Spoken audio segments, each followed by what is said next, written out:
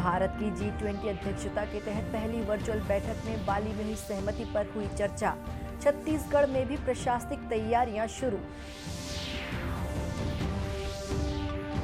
मुख्यमंत्री ने सोना खान को दी 37 करोड़ रुपए से अधिक के कार्यों की सौगात।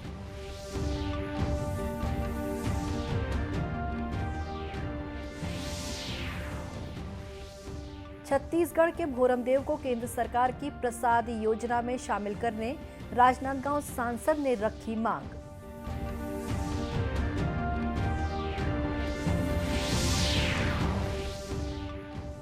और छत्तीसगढ़ राज्य सेवा आयोग की प्रारंभिक परीक्षा 12 फरवरी से शुरू होगी। 210 पदों के लिए 1,40,000 से अधिक आवेदन।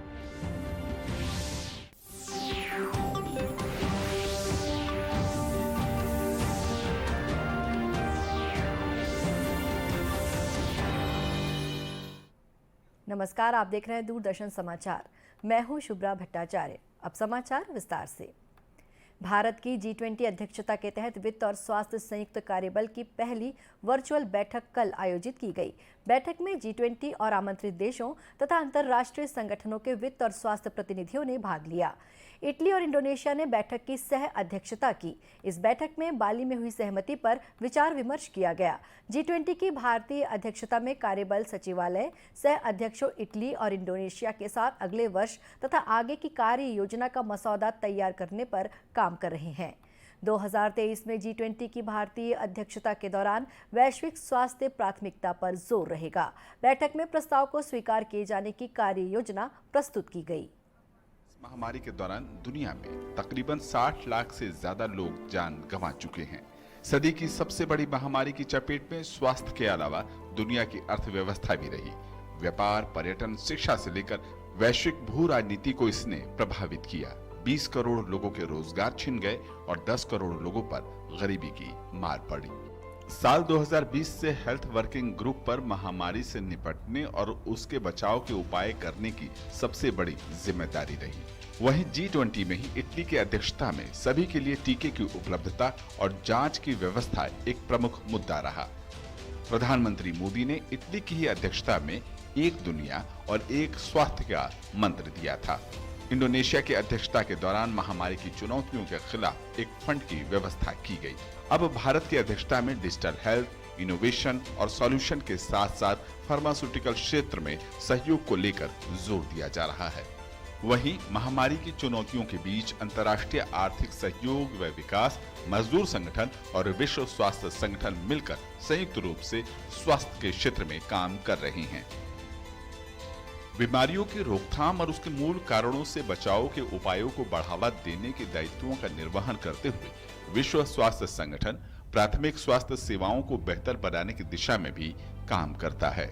इसके अलावा टीके से लेकर के जांच और बीमारी का इलाज किस तरह से सस्ता और सर्वसुलभ हो, इसकी भी जरूरत बड़े पैमाने पर है। कुछ इस तरह के और भी जरूरी मुद्दों पर आम सहमति बनाने की दिशा में G20 फाइनेंस ट्रैक की दूसरी बैठक संयुक्त रूप से वर्चुअली आयोजित की गई।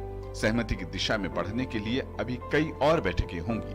वहीं वैश्विक स्वास्थ्य के क्षेत्र में भारत बचाव के कदमों के लिए योग को और भी प्रोत्साहित करना चाहता है और आयुष को बढ़ावा। इधर छत्तीसगढ़ की राजधानी रायपुर में सितंबर 2023 में प्रस्तावित G20 देशों की चौथी स्थायी वित्त कार्य समूह बैठक की व्यवस्था के संबंध में प्रशासनिक तैयारियां प्रारंभ कर दी गई हैं। मुख्य सचिव अमिताभ जैन की अध्यक्षता में G20 की बैठकों की व्यवस्थाओं के समन्वय हेतु गठित राज्य स्तरीय समन्वय समिति की बैठक संपन्न हुई। G20 बैठक की विभिन्न व्यवस्थाओं के लिए राज्य स्तर पर अधिकारियों को नोडल अधिकारी नियुक्त किया गया है।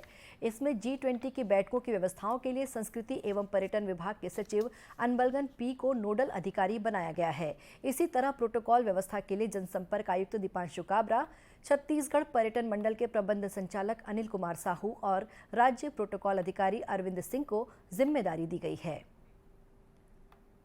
मुख्यमंत्री भूपेश बघेल भेंट मुलाकात कार्यक्रम के दौरान बलौदाबाजार जिले की वीरभूमि सोना खान पहुंचे। मुख्यमंत्री ने 11 करोड़ 68 लाख का भूमि पूजन, 26 करोड़ 39 लाख का लोकार्पण कर एक बड़ी सौगात दी है।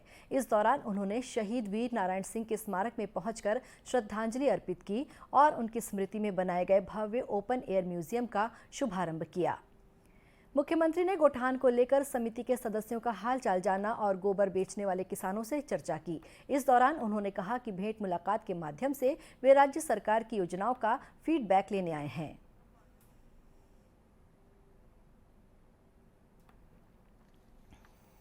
गोठान में विकास के लिए बहुत सारे काम अभी लोकार्पण भी किए, भूमि पूजन किए। 100 करोड़ से अधिक की राशि का लोकार्पण और भूमि पूजन हुआ है और इसे बहुत ही, क्योंकि सोना खान वीर नारायण सिंह जी की कर्मभूमि है, ऐसे बहुत बढ़िया से विकसित कर रहे हैं और इसमें कोई कमी नहीं आने देंगे। और यहाँ के लिए किसानों ने जो मांग की, बैंक की बात है, यहाँ स्वामी आत्मानंद अंग्रेजी स्कूल है और आवागमन की सुविधा के हिसाब से जो सड़कों की मांग विधायक जी ने की है वो सबकी मैंने घोषणा की है। इस दौरान मुख्यमंत्री ने क्षेत्रवासियों को करोड़ों की सौगात दी, जिसमें गिरौदपुरी में सामुदायिक स्वास्थ्य केंद्र, सोनाखान में सहकारी बैंक, सड़क चौड़ीकरण और पुल पुलिया निर्माण, गिरौदपुरी में एसडीएम कार्यालय शामिल हैं। केंद्र सरकार ने राज्यों और केंद्र शासित प्रदेशों से चीन, जापान, अमेरिका, कोरिया और ब्राजील में कोविड के बढ़ते मामलों को देखते हुए पॉजिटिव नमूनों की अधिक संख्या में जीनोम सीक्वेंसिंग करवाने के निर्देश दिए हैं। केंद्रीय स्वास्थ्य सचिव राजेश भूषण ने राज्यों और केंद्र शासित प्रदेशों के सभी मुख्य सचिवों और स्वास्थ्य सचिवों को इस आशय का पत्र लिखा है। केंद्रीय स्वास्थ्य राज्य मंत्री डॉक्टर भारती पवार ने कहा कि सभी राज्य पॉजिटिव मामलों को जहां तक संभव हो दैनिक आधार पर जीनोम सीक्वेंसिंग के लिए निर्धारित प्रयोगशालाओं को भेजें ताकि इस महामारी के विस्तार को रोका जा सके। जहाँ भी केसेस दिखते हैं, ज़्यादा नज़र आते हैं, केसेस बढ़ते हैं, तो केंद्र सरकार राज्यों को अलर्ट मोड पे कुछ नोटिफिकेशन गाइडलाइंस देते हैं और कल भी हमारी मंत्रालय ने ये गाइडलाइंस इशू किए हैं कि जीनोम सीक्वेंसिंग किया जाए। देखिए, भारत ने बहुत ही अच्छा वैक्सीनेशन करके दिखाया। आज अगर 220 करोड़ वैक्सीनेशन को हम पार कर रहे हैं तो ये भारत की अपने आप में एक बहुत ही बड़ी उपलब्धि है ग्लोबल लेवल पे और बहुत ही अच्छा रिजल्ट हम देख रहे हैं कि भारत में कम केसेस दिखाई। स्वास्थ्य सचिव ने कहा कि जांच, रोगियों का पता लगाने, उपचार, टीकाकरण और कोविड अनुकूल व्यवहार का पालन करने से कोविड संक्रमण के प्रसार को रोका जा सकता है। केंद्रीय स्वास्थ्य सचिव ने कहा कि विश्व में सप्ताह में लगभग 35 लाख मामलों की रिपोर्ट आने से कोविड की चुनौतियां विश्व भर में बनी हुई हैं। भारत में एक सप्ताह में लगभग 1200 मामले दर्ज किए जा रहे हैं। केंद्रीय सूचना एवं प्रसारण मंत्रालय के अधीनस्थ पत्र सूचना कार्यालय रायपुर द्वारा जन कल्याणकारी कार्यक्रमों के प्रभावी प्रचार प्रसार में ग्रामीण पत्रकारिता की भूमिका पर 1 दिवसीय कार्यशाला का आयोजन किया गया। जगदलपुर में आयोजित इस कार्यशाला में केंद्र सरकार की जल जीवन मिशन, एक भारत श्रेष्ठ भारत, आयुष्मान भारत, प्रधानमंत्री गरीब कल्याण अन्न योजना तथा राष्ट्रीय छात्रवृत्ति योजना की जानकारी दी गई। बस्तर रेंज के पुलिस महानिरीक्षक सुंदरराज पी ने कहा कि शासन की जन कल्याणकारी योजनाओं को सुदूर अंचल तक पहुंचाने के लिए पत्रकारों की भूमिका काफी अहम होती है। शासन प्रशासन का पहुंच नहीं थे, तो उन इलाका में भी अभी हम लोग आगे अपना उपस्थिति बनाते हुए क्षेत्र की जनता को शासन के विकास कार्य को लाभ पहुंचाने के लिए काफी हद तक काम हो रहा है। शासन की एक त्रिवेणी कार्य योजना है जिसके बारे में आप सब अवगत भी है, विश्वास, विकास, सुरक्षा। इस कार्य योजना के माध्यम से हम क्षेत्र में नक्सल समस्या का समाधान करते हुए इलाका में जन इच्छा अनुसार विकास कार्य को गति प्रदान करते हुए एक सुरक्षित वातावरण निर्मित करने का हम सबका प्रयास है। इस प्रयास में काफी हद तक हम एक निर्णायक मोड में पहुंच गए हैं। विगत 3 वर्षों में देखा जाएगा हम लोग 53 नवीन सुरक्षा कैंप स्थापित की गए थे। जैसा ये कोई नया चीज नहीं थे, जो पुराना समय में जो इलाका जो सुरक्षित थे या रोड वगैरह चालू थे, उन इलाकों को पुनः हम रीएक्टिवेट करने के लिए जैसा परिस्थिति थे 30 साल 40 साल पहले, उन परिस्थिति को वापस पुनर्निर्मित करने के लिए क्षेत्र की जनता द्वारा एक आग्रह थे। उस आग्रह को हम लोग ध्यान रखते हुए फिर ये कार्य योजना बनाए हैं। पत्रकारों के लिए आयोजित इस कार्यशाला में जनजातीय विकास संबंधी योजनाएं, ट्राइब्स इंडिया, मुद्रा योजना तथा पत्रकार कल्याण योजनाओं के बारे में भी बताया गया। इस कार्यशाला में पत्र सूचना कार्यालय के निदेशक कृपा शंकर यादव सहित अनेक पत्रकार मौजूद थे।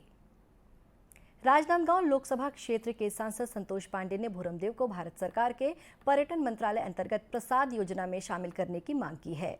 सांसद ने लोकसभा में अपनी बात रखते हुए कहा कि छत्तीसगढ़ के खजुराहो के नाम से प्रसिद्ध भूरमदेव उनके संसदीय क्षेत्र अंतर्गत कवर्धा से करीब 16 किलोमीटर की दूरी पर स्थित है। ये बैगा आदिवासी बाहुल्य क्षेत्र सभी की आंखों का तारा है। इसे निहारने के लिए पूरे देश विदेश से बड़ी संख्या में पर्यटक यहाँ आते हैं। यहाँ भगवान शिव विराजमान हैं, जो आस्था का बड़ा केंद्र है।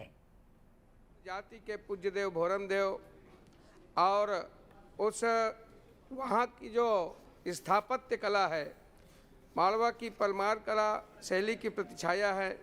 यह मंदिर इन्हीं खूबियों और स्थापत्य कला, पुरातात्विक संपदा तथा धार्मिक आस्था के लिए जाना जाता है।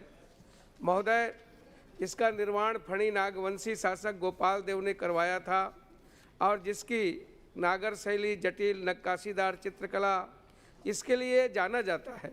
यह इन सभी खूबियों के कारण पुरातात्विक संपदा, धार्मिक आस्था के लिए और यहाँ तीर्थ यात्री, श्रद्धालुओं और विदेशी देशी पर्यटकों का और वर्ष भर यहाँ भीड़ लगा रहता है। कान्हा से भी बहुत नज़दीक है, नेशनल पार्क से नर्मदा जी भी नज़दीक है। मुझे यह बताते हुए प्रसन्नता हो रही है कि मेरे संसदीय क्षेत्र के जिला राजनांदगांव में माँ बमलेश्वरी मंदिर, जहाँ प्रज्ञागिरी पर्वत में भगवान बुद्ध के स्थल पर और वहाँ डोंगरगढ़ मंदिर में सीढ़ी, रेलिंग, पानी, शेड, लाइट, ध्यान केंद्र, श्री यंत्र, यह सब की व्यवस्था प्रसाद योजना के अंतर्गत किया गया। इसके लिए मैं सम्माननीय प्रधानमंत्री नरेंद्र मोदी जी को आभार और धन्यवाद प्रेषित करता ही हूँ। महोदय, मेरा निवेदन है, मेरा आग्रह है कि भोरमदेव को पर्यटन मंत्रालय से प्रसाद योजना से जोड़ने की कृपा करेंगे, जिससे पूर्ण रूप से वह विकसित हो सके। सांसद श्री पांडे ने कहा कि राजनांदगांव के डोंगरगढ़ स्थित मां बमलेश्वरी मंदिर और प्रज्ञागिरी पर्वत का विकास प्रसाद योजना अंतर्गत किया जा रहा है। उन्होंने भूरमदेव को भी भारत सरकार के पर्यटन मंत्रालय की प्रसाद योजना में शामिल कर विकसित करने की मांग की। छत्तीसगढ़ राज्य सेवा आयोग की परीक्षा 12 फरवरी से होने जा रही है। 20 दिसंबर को आवेदन की प्रक्रिया पूरी हो गई है। जानकारी के मुताबिक प्रदेश के 1,40,000 से अधिक युवाओं ने आवेदन किए हैं। 210 पदों के लिए परीक्षा ली जाएगी। जानकारी के मुताबिक पिछली बार प्रारंभिक परीक्षा के लिए 1,29,000 फॉर्म मिले थे। प्रारंभिक परीक्षा के बाद मुख्य परीक्षा के लिए कुल पदों की तुलना में 15 गुना उम्मीदवारों का चयन होगा। बताया गया है कि इस बार 19 विभागों के प्रस्ताव के आधार पर यह भर्ती हो रही है। कुल 210 पद भरे जाएंगे। डिप्टी कलेक्टर के लिए 15 पद और डीएसपी के लिए 8 पद है। राज्य के 28 जिलों में परीक्षा केंद्र बनाए जाएंगे। अब कुछ खबरें जिलों से।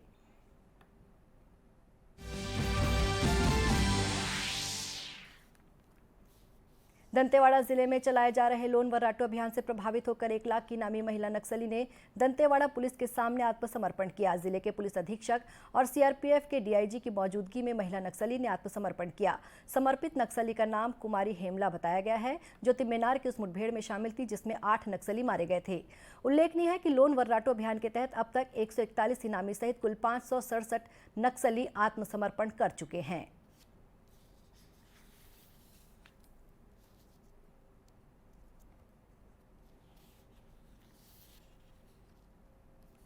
कोंडागांव जिले में 2 दिवसीय कुष्ठ पहचान एवं निदान हेतु विशेष कार्यशाला का आयोजन किया गया। इस कार्यशाला में राज्य स्तरीय समिति के सदस्यों ने जिले के पुरुष स्वास्थ्य कार्यकर्ताओं को कुष्ठ की पहचान और शीघ्र निदान के लिए मरीजों को प्रेरित करने हेतु प्रशिक्षण दिया। इस कार्यशाला में जिले के पुरुष स्वास्थ्य कार्यकर्ता भी बड़ी संख्या में शामिल हुए।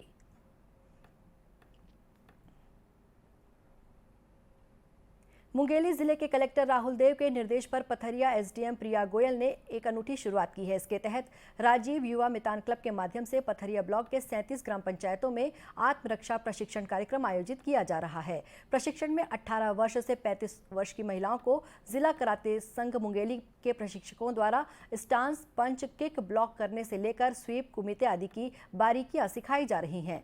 एसडीएम प्रिया गोयल ने कहा कि इस तरह के प्रशिक्षण से गांव में महिलाओं के प्रति होने वाले अपराध में रोक लगेगी, साथ ही घरेलू हिंसा भी कम होगी।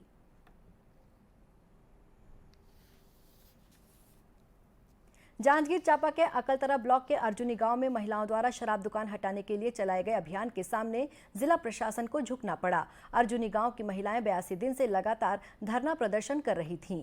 महिलाओं से चर्चा के लिए आबकारी विभाग के सहायक आयुक्त अकलतरा तहसीलदार समेत अन्य अधिकारी पहुंचे थे और वहां से शराब दुकान हटाने का आश्वासन दिया, जिसके बाद महिलाओं ने अपना आंदोलन समाप्त किया।